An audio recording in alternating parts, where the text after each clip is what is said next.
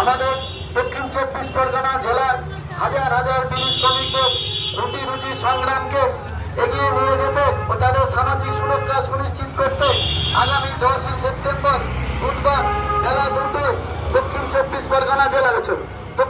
পরগনা জেলা বিড়ি শ্রমিক ইউনিয়নের আহ্বানে মগরাহাট বিড়ি ওয়েলফেয়ার অফিসে গণ ডেপুটেশন সফল করুন। আমাদের জেলার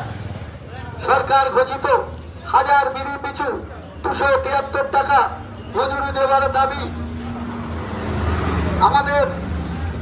যারা নতুন বিড়ি শ্রমিক তাদের বিড়ির কার্ড দিতে হবে, পুরাতন বিড়ি শ্রমিকের কার্ডকে নবীকরণ করতে হবে, 60 বছরের ঊর্ধ্বে সকল বিড়ি শ্রমিককে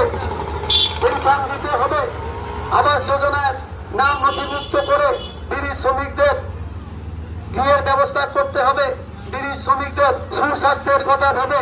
সর্বোচ্চ মেডিকেল মোবাইল ভ্যান পরিষেবা চালুর দাবিতে আগামী 10ই সেপ্টেম্বর সামনের বুধবার বেলা 2টায় মগরাহাট বিড়ি ওয়েলফেয়ার অফিসে গণ ডেপুটেশন সফল করুন।